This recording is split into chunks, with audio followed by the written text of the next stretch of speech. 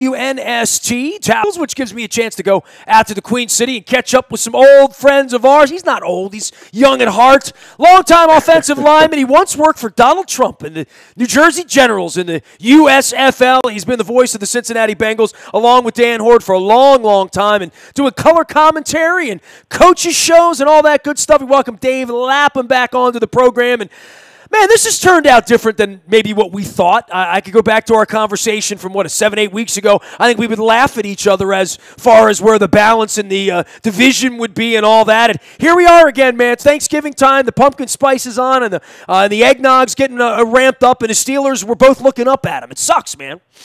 I hear that. They always seem to figure a way out of problems, don't they? I mean, that organization is so rich in history and tradition, and they got a hell of a quarterback. You know, when you have a competent head coach and a more than competent quarterback, you're going to be in high cotton in this era of the National Football League that's geared toward the offense. And I would not want to be a defensive football player in today's NFL. There's no question about it. All right, so I'll leave it. We've been friends a long time. You can ask me what's wrong with the Ravens, and I can sit here for hours, as I do every day, and try to explain to people what's wrong with the Bengals. Dave, they look pretty good week 2 on the Thursday night. It felt to me like they were a team much like the Ravens that was capable of winning 10, 11, 12 games. Right now, both of these franchises have hit the rocks here, no further than Marvin having to fire a guy he likes a lot, a guy he believes in, but you're on a historically bad defensive pace there in Cincinnati. No question about it, and I'm stunned because, at training camp, I thought, man, they're buying what what Coach is selling. This is going to be a good defensive football team. Coach Austin has them hustling. They're running to the football. They're all about turnovers. Every incompletion that was on the ground, they pick it up and return it like it was a score for the defense. And that's the one thing they've done well. They have 4 return touchdowns, tied for first in the National Football League. And I think they're the only team that has 4 defensive touchdowns. They had 2 in one game, 2 in one quarter against the Miami Dolphins. That's the only thing they've done well defensively is some takeaways. They have 13 takeaways, and they've taken interceptions back for touchdowns. They got 10 picks. They've returned a couple of them for touchdowns. Other than that, on a snap-by-snap basis, they are historically poor. I mean, ridiculously poor. They allowed 3 straight games of 500 yards or more. First time in Super Bowl era that has happened. And the week before, they allowed 480 against Pittsburgh. They've allowed over 480 yards in another game. 5 games in 9 starts. They've allowed over 480 yards and given up, points to boot. They're 31st in the NFL in that regard, but they're dead last in yards, dead last in first downs allowed, dead last in third down conversion. And I'm stunned.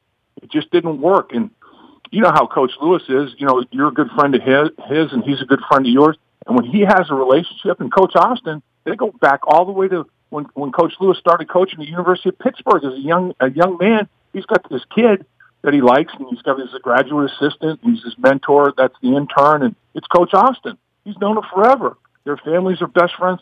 I mean, that's gut-wrenching for him to have to make the move that he made. But it just wasn't working. I mean, he said in his press conference earlier this week, Coach Lewis did that. He said, players are coming off the field looking at me like, Coach, we need help. We need a lifeline. He had to do it. And he did. And it's funny, the football gods are saying, you're going back to Baltimore to call plays defensively for the first time in a long time, and that's where you made your mark. That's where in 2000, you were the coach that still has the record, fewest points allowed in a 16-game span. Now, hit great players, but Marvin Lewis is a great coach as well. He's headed back to Baltimore to start it up again. Well, as far as the players go, we've had the same problem here through the middle of our defense. Linebackers, safeties looking slow this time of the year. I mean, I even commented to Harbaugh a couple of weeks ago on the road. It feels like the defense has slowed down from my perspective here. And obviously teams are running away from Cincinnati, run after catch.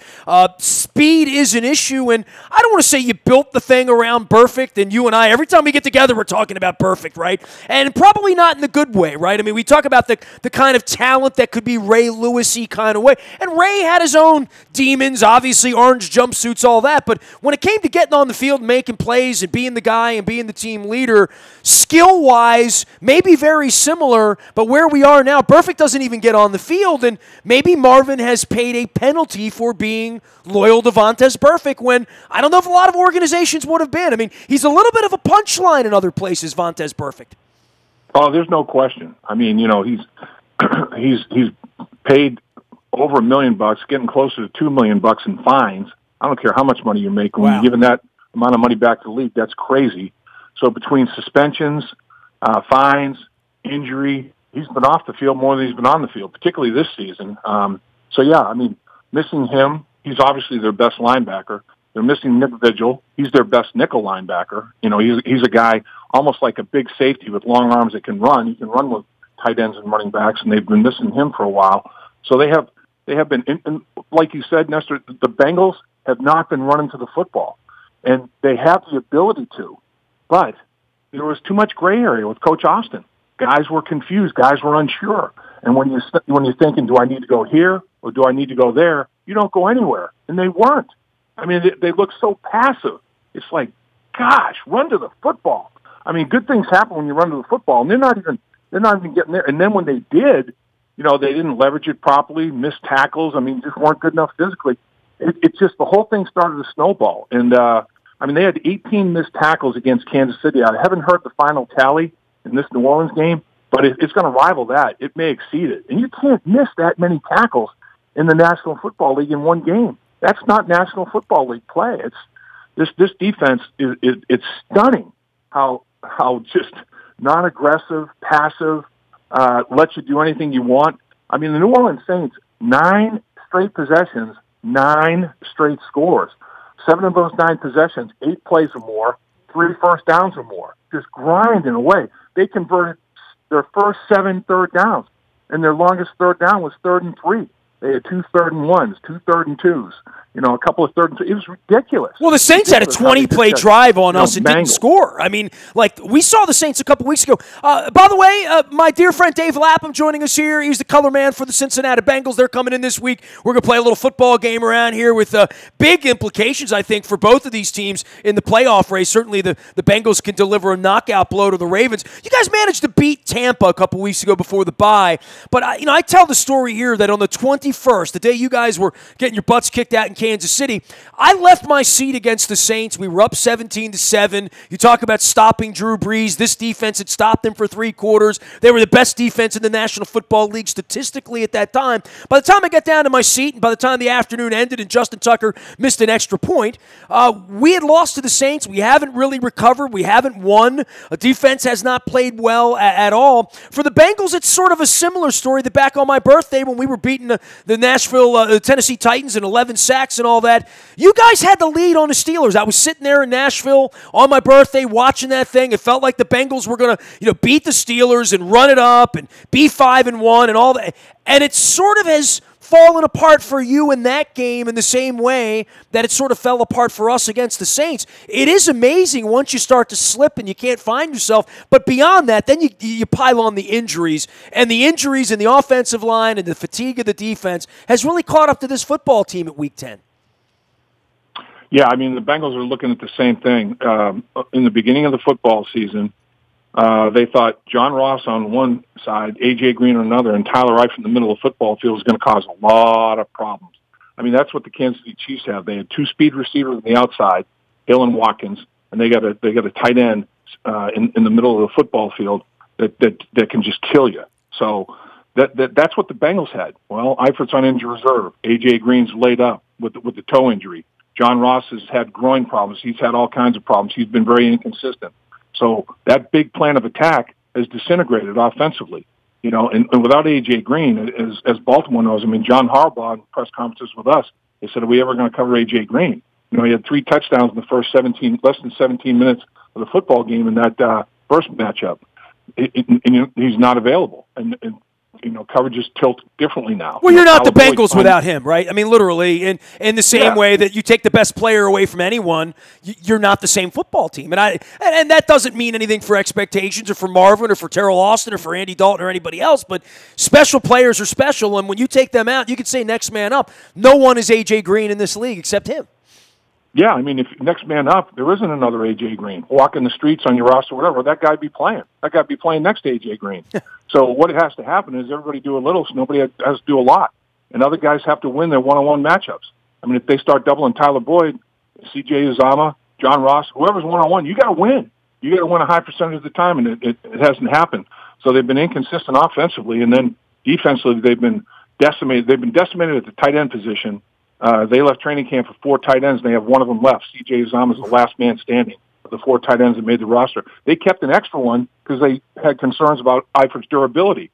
Eifert goes down. The guy that they kept, Shrek, for the insurance plan, he goes down with an ACL. Eifert goes down with a dislocated and broken ankle. I mean, it's been crazy. And the linebacker position's been decimated like we've already talked about. And teams are picking on the linebacker position. I mean, it's been brutal. So, yeah, injuries, I mean, every NFL team has to deal with them. There's 100% injury risk for every player, every snap. That's life in the National Football League. But, man, the football gods have been unkind to a few teams in the league for sure. Dave Lapham picking it up from Cincinnati and the Queen City. All of our WNST coverage brought to you by our friends at Cole Roofing. 99 years they've been doing it, 99 and a half years. Sponsor of our community and charity series.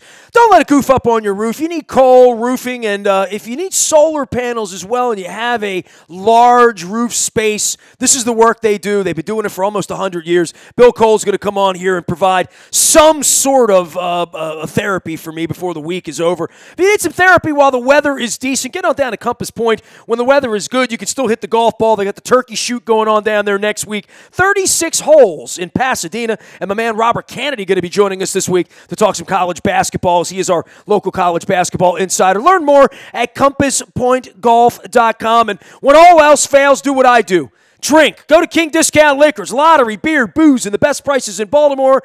Get on out to Pulaski Highway in Rosedale and give the King a ring. I'll be giving the King a ring, especially if the Bengals come in here and wreck our season here this week. Dave Lapham has been my longtime friend and color commentator of all things Bengals as they come in. Who's in worse shape, us or you? I mean, obviously we're in worse shape because you're still over 500 at this point, but where is the optimism? Like, paint me a rosy picture of the Bengals coming in here and beating Lamar Jackson on Sunday, which could be the case, and no Joe Flacco, and then sort of writing their season. How would that happen? Would that happen with them just literally running the ball behind this running back who's probably the best player they still have on the field? Yeah, Joe Mixon is a talent. There's no doubt. And when you look at it, Nestor, the Bengals are 5-4 and have been outscored by 53 points because of 2 blowouts. You know, they've been outscored by 72 points in a blowout loss to Kansas City and a blowout loss to the New Orleans Saints. Your Ravens are 4-5 and they're plus 53. That's amazing. One's minus 53 of the winning record because of 2 blowouts and the other one's plus. But it's crazy how it is in the league for sure. But yeah, Joe Mixon has to be a featured guy. There's no doubt about that. They do have to have a modicum of balance. When they are balanced in their play selection, they're pretty good. But, you know, when you get behind 35-7 at the half, like happened in New Orleans, there's balance is out the window. I mean, you got to try to do everything you can as quick as you can to get back in the football game. So I thought that the Bengals bottomed out. You know, they hit rock bottom against the Kansas City Chiefs. No, they were down there pretty low, but it went a little bit worse against the New Orleans Saints. And they bounced back after the Chiefs game to win one, a fingernail biter against the Tampa Bay Buccaneers. You can't let one horrific performance turn into 2 or 3. That's the key. You can't allow long losing streaks. Andy Dalton, by the way, for the first time ever in his sports career as a youth player, high school, college, professional, he had his first 3-game losing streak last season. He had never lost more than 2 in a row. Wow. And they haven't lost 3 in a row this season at any stretch. So they do a pretty good job of not getting on those tailspins, those multiple game losing streaks that wreck your season. And obviously, the biggest thing in this rivalry, and we've talked about it before, is turnovers. I mean, ball security. The Bengals are 11-0 when they're in the plus category when Marvin and Harbaugh have matched up, and they're 6-2 when it's even, and they're 2-10 when it's minus. And then week 1, Bengals were first matchup. Bengals were +3, and they had 2 fourth-down stops. So in my mind, there were 5 possessions that didn't end in a kick for the Ravens. It didn't end in a punt, extra point, or field goal. The Bengals didn't have any possessions that didn't end in some form of a kick. And that was, in my mind, the biggest difference in the football game. Dave, we get into week 10, week 11. You guys are injured, as you pointed out. Other guys come in and fill in, some more capably than others. We're trying to figure out who the star players are here, and we're in a real transition phase, right? Obviously, under 500, quarterbacks in question. The backup quarterback may be starting. He's his own question mark. The offensive line has been a mess here. And we're trying to figure out who the emerging players are. And I go back to week 2, and even in that loss and being down 3 touchdowns, you started to see the Matt Judons and some players that were lower draft picks, or in our case this week, you're certainly going to see Orlando Brown Jr. play, who was a draft pick this year, who looks like he might be a 5-6 year starter at that position once you put him in there, sort of plug and play, as you would say, on draft day. I think both of our franchises have had trouble with that. Certainly your offensive line in the transition last year and trying to figure out who these players are. And Dave, and I say this, and it should be an insult to the organization here, the Purple organization. Our kicker's still our best player, and he lost the game 2 weeks ago, missing an extra point against the New Orleans Saints. But our kicker is still our best player, and this is like the 5th year in a row we could say that. I don't know where the Bengals are, and I know Burfict was the best player, and I know Andy Dalton will always be sort of maligned in the same way that Joe Flacco, because they are not Tom Brady or Ben Roethlisberger or Aaron Rodgers. But where are the Bengals emerging players at this point after you get on the other hump of the second half of the season? Who are the young players that might actually outlive Marvin in Cincinnati? Joe Mixon, who you talked about. Joe Mixon is a special talent. He missed 2 games with a knee injury, and he's still 10th in the NFL in rushing. He's averaging almost 5 yards a carry in so doing, and he can run routes and catch the football. You know, he's a complete back. He's a willing blitz pickup guy, big enough body guy to not get run over, and he'll stick his nose in there. Joe Mixon's a hell of a player. You know, there's no question about that. I'll tell you, a guy that's having a breakout year is Tyler Boyd, having a Pro Bowl type season. I mean, right now he's tracking for big numbers. I mean, he's tracking for, almost 100 catches and like 1,300 yards receiving, and in double-digit touchdowns. 10 touchdowns. So that's a quality year. He has stepped up. There's no question about it. And then defensively, I mean, we get guys that everybody's familiar with. Carlos Dunlap, Geno Atkins get big extensions, over $100 million in extensions combined to those 2 guys. And on the defensive line, there are multiple Pro Bowl players. Carlos has 7 sacks. Geno has 6. Geno leads all interior defensive linemen with 6 sacks. He's obviously, those 2 are still constants. You got a couple of first-round guys in the back end. William Jackson, everybody knows about him. His ability is pretty strong. Jesse Bates, the rookie safety, he's got 3 interceptions. He's a solid tackler. He's amongst the team leaders in tackles, and he's a very, very good football player, very good instincts. Vigil was playing well before his injury. It's not like they don't have players. That's the thing that's surprising about the defensive football team. When you have 2 Pro Bowl pass rushers, and when Darqueze Dennard comes back from his clavicle dislocation, you have 3 guys in the secondary that were drafted in the first round, including your slot corner. That's the makings of a decent defense in today's NFL, and they just haven't performed well. And that's the thing that's so damn puzzling. I mean, it just didn't happen, just did not work out, and that's why Marvin made the move. He knows there's enough talent on that defensive football team to be better than getting pounded for 500 yards and 30 or 40 points every week. I think everyone knows Marvin's affinity for Hugh Jackson. We have affinity for Hugh Jackson here as well. He was on the field the day that Joe Flacco was throwing footballs on an unmarked field up in Delaware back in the day. So Hugh was also a big part, as well as Cam Cameron, in Joe Flacco's development. It's fascinating, right? I mean, 3 weeks ago, Hugh Jackson's the coach of the Browns, and they're sort of feeling themselves a little bit. He gets thrown out on the street. Terrell Austin's the defensive coordinator. I mean, NFL, bro, not for long, right? Literally. I'm telling you, the state of Ohio has fired a head coach. That head coach is offensive coordinator, and the Bengals fired their defensive coordinator. 3 key coaching fires in a matter of weeks.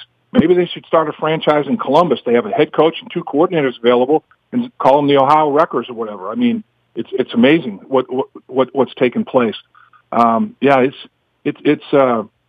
really is. It's the National Football League does stand for not for long. If you don't produce and you don't perform, And Marvin Lewis is acutely aware of that. There's no question. But I do think that Marvin Lewis has brought Hugh Jackson back to help him with an administrative role in that almost, some duties the head coach has to perform, because Marvin's taken over the defense, and he's going to be meeting with the defense when they come off the field. And if the offense has a situation where there's a replay challenge or whatever, somebody has to do that. Hugh Jackson has been a head coach in the National Football League. And the biggest thing that you need to have in your coaching staff is trust and loyalty. When I watched Hard Knocks, Hugh Jackson had Benedict Arnold for coordinators. They were stabbing him in the back. I mean, they were going for his job. First opportunity, they were going to try to squeeze in there and get it. And one got fired, and you get fired, and the other one got the job. But that was a toxic environment. There's no doubt. And Hugh Jackson and Marvin Lewis are like brothers. I mean, they have a better relationship than a lot of brothers I know. So there's trust and loyalty here. And he's going to let Hugh Jackson do a lot of the administrative stuff, game management, clock management, as Marvin's, turning to the defense to try to get that thing turned around and see if the Bengals can finish, with a decent opportunity. Right now, if the playoffs started tomorrow, they'd be the number 6 seed. And I'm thinking, Jim Mora, playoffs? Kidding me? What?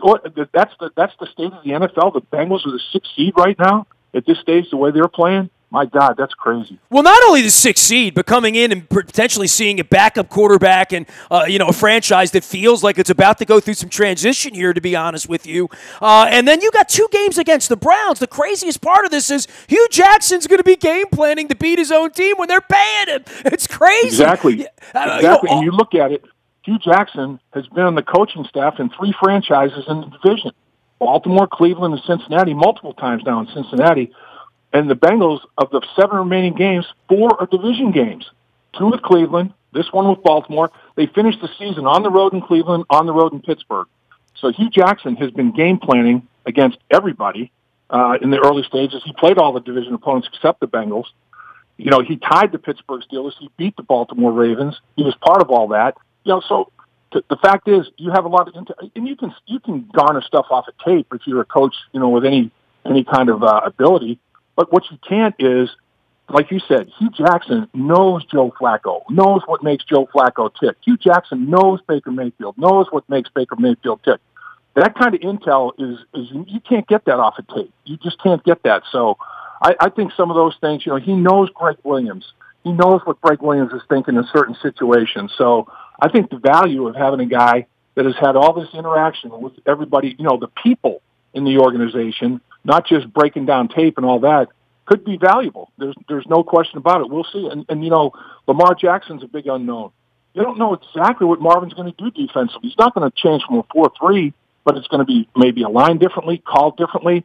So, there's an element of, what are they going to do? And then an element of, oh, man, what's going to happen with Lamar Jackson with the Baltimore Ravens? There's a lot of intrigue. There's a lot of unknown in this football game. You expect this to get a lot better with Marvin taking over the defense? I don't see how it can be worse, honestly. I really don't. I mean, it'd be impossible for them to perform worse than they have. And between Marvin and Hugh Jackson, Hugh has an unbridled joy for the game of football. He was a pepper pot. He was a motivator. He's a leader of men. I mean, he's going to juice them up. The 1-2 Marvin is that way too. Marvin and Hugh together. I mean, it's not going to be, it's not going to be for lack of energy coming from the staff down to the players. And I think the players will be playing at a higher level as a result of it. I think that the motivating ability of both of those guys and the synergy of the motivating ability of both those guys is going to be a plus for them. He is Dave Lapham. He is the longtime color voice of the Cincinnati Bengals and former offensive lineman coming in here. Don't eat all our crab cakes when you come in here. It's bad enough we're teetering on the brink. This is going to be a fascinating look for you guys to come in here with Harbaugh, Flacco, franchise under sort of attack at this point. It's a very tenuous time in our franchise's history right now. I'll tell you, both franchises are treading water, trying to keep their nose, above water. The mouth's already underwater. If the nose goes underwater now, what are you going to breathe with? So, and who's going to get the life jacket thrown to him? It's going to be really interesting to see. Brother, we'll see you on Sunday, 1 o'clock. We're going to kick the football and try to have a little bit of fun here. It's always good to visit with you. Appreciate the time as always, Dave. My pleasure, Nestor. You're the man. Appreciate the opportunity to visit with you. You know the game as well as anybody, bro. Appreciate you, man. Dave Lapham, the voice of the Cincinnati Bengals on the color side, along with his tag team partner, Dan Horde. You can hear both of them up in the buyatoyota.com audio vault 24 hours a day from anywhere in the world on your mobile device. The kids call it podcasting. We call it the buyatoyota.com audio vault. Listen to what you want, when you want, where you want, how you want on your mobile device, and take it with you. Also brought to you by our friends at the Maryland Jockey Club and Laurel, where they're racing this weekend and providing the morning newspaper. It comes to you at 7 a.m. each and every morning. The entries are on the front of WNST.net, as well as inside the morning newspaper. Also brought to you by Planet Fitness and PlanetFitness.com, where it is always $10 a month and $5 down to get yourself in the best shape of your life. I know it's been a little cold outside. You move inside where it is warm and safe and dry. It is Planet Fitness, where they're always judgment-free. I am judging the Orioles. They still do not have leadership. When they finally get it, maybe you'll get it first on the WNST Tech Service. That's all brought to you by Coons Ford of Security Boulevard. Dennis Colatzos will be here on Thursday to get you ready for the weekend and the Bengals. He's on from 3 until 5. I'll be joining him right around 4:15 on Thursday, as I do every week. Big thanks to Coons Ford of Security Boulevard for sponsoring our WNST Tech Service. We're going to be doing some swabbings with the Bone Marrow Registry and some Ravens players down the line. You'll be hearing more about that. All of it brought to you by our friends at Freedmont Mortgage. Don't make a 30-year mistake by choosing the wrong lender. You need Carl Delmont and our friends at Freedmont Mortgage. Learn more about buying and selling and the university plan and the education they have at Freedmont.com. We're also going to visit with Carl here soon as well. Nasty at WNST.net is my email address. You can find me on Facebook, Twitter, LinkedIn, Snapchat, Instagram, streaming live on our Facebook as well as our YouTube WNSTV channel. We are WNST.net, AM 1570, and WNST Towson, Baltimore, and we never stop talking Baltimore sports.